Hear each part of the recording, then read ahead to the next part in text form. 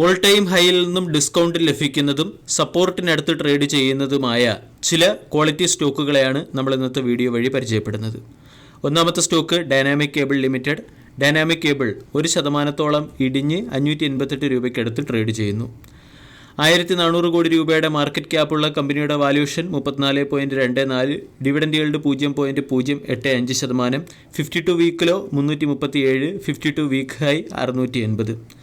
Law tension cable, high tension cable, EHVC, power control and instrumentation cable, solar cable, railway signalling cables എന്നിവ manufacture ചെയ്യുന്ന ഒരു കമ്പനിയാണ് dynamic cables. Dynamic കേബിളിന് 3 manufacturing പ്ലാന്റുകളും 5ലധികം regional sales ഓഫീസുകളുമുണ്ട്. കമ്പനിയുടെ ROE 19.3, ROCE 24.1, വാല്യൂഷൻ 37.6. 3 വർഷത്തെ sales growth 31%, profit growth 57%, ROE 20%-അടുത്ത്. 192 കോടി രൂപയുടെ റിസർവ് ഉള്ള കമ്പനിക്ക് മുകളിൽ 119 കോടി രൂപയുടെ കടബാധ്യതയാണുള്ളത്. ഡൈനാമിക് കേബിൾസ് എന്ന സ്റ്റോക്കിനെ സംബന്ധിച്ചിടത്തോളം 620, 680 തുടങ്ങിയ റീജിയനുകൾ റെസിസ്റ്റൻസ് സോണാണ്. സ്റ്റോക്ക് 588-നടുത്ത് ട്രേഡ് ചെയ്യുന്നു. റീസെൻ്റ്ലി സ്റ്റോക്കിൽ വന്ന കറക്ഷനിൽ സ്റ്റോക്കിന് 520 രൂപയ്ക്കടുത്ത് സപ്പോർട്ട് ലഭിച്ചിരുന്നു. അവിടെ നിന്നും സ്റ്റോക്ക് വീണ്ടും 588-നടുത്തെത്തി. ഇവിടെ നിന്നും 620 എന്ന ലെവലിന് മുകളിൽ സ്റ്റോക്ക് ബ്രേക്ക് ചെയ്യുകയാണെങ്കിൽ ബ്രേക്കൗട്ട് ട്രേഡിംഗ് പോയിന്റ് ഓഫ് വ്യൂവും സ്റ്റോക്കിനെ പരിഗണിക്കാവുന്നതാണ്. 520 സ്റ്റോക്കിനെ അക്യുമുലേറ്റ് ചെയ്യാനുള്ള ഏറ്റവും മികച്ച റേഞ്ച്. രണ്ടാമത്തെ stock IDFC first bank limited. IDFC first bank ഇന്ന് 74 രൂപ 88 പൈസയ്ക്കടുത്ത് ട്രേഡ് ചെയ്യുന്നു. 55,000 കോടി രൂപയുടെ മാർക്കറ്റ് ക്യാപ്പുള്ള കമ്പനിയുടെ വാല്യൂഷൻ 18.34. IDFC ഫസ്റ്റ് ബാങ്ക് ദീർഘകാലമായി കറക്ഷൻ ഫേസിലുള്ള സ്റ്റോക്കാണ്. അതേസമയം സ്റ്റോക്ക് അതിൻ്റെ ഫിബനാച്ചി റിട്രേസ്മെൻറ്റ് ലെവലിനടുത്ത് ട്രേഡ് ചെയ്യുന്നു എന്നാണ് ടെക്നിക്കൽ അനാലിസിസിൽ കാണാൻ സാധിക്കുന്നത്. ഇതിൻ്റെ പശ്ചാത്തലത്തിൽ 72 രൂപ 72നും 75നും ഇടയിൽ സ്റ്റോക്കിന് ബൈ എന്ന റേറ്റിംഗും 84 രൂപയുടെ ടാർഗറ്റും 68 രൂപയുടെ സ്റ്റോപ്പ് ലോസും മെയിൻറ്റെയിൻ ചെയ്യാൻ പല ടെക്നിക്കൽ അനലിസ്റ്റുകളും സജസ്റ്റ് ചെയ്യുന്നുണ്ട്. IDFC first bank daily candle pattern പരിശോധിക്കുകയാണെങ്കിൽ അവിടെ സ്റ്റോക്ക് ഫോളോ ചെയ്തു വന്ന ഡൗൺവേർഡ് ട്രെൻഡ് ലൈനിൽ ബ്രേക്കൗട്ട് നൽകി.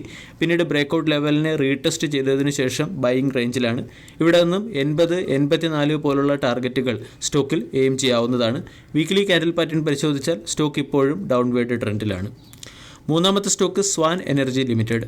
സ്വാൻ എനർജി 682 രൂപയ്ക്കടുത്ത് ക്ലോസിംഗ് 682 രൂപയ്ക്കടുത്ത് ട്രേഡ് ചെയ്യുന്നു.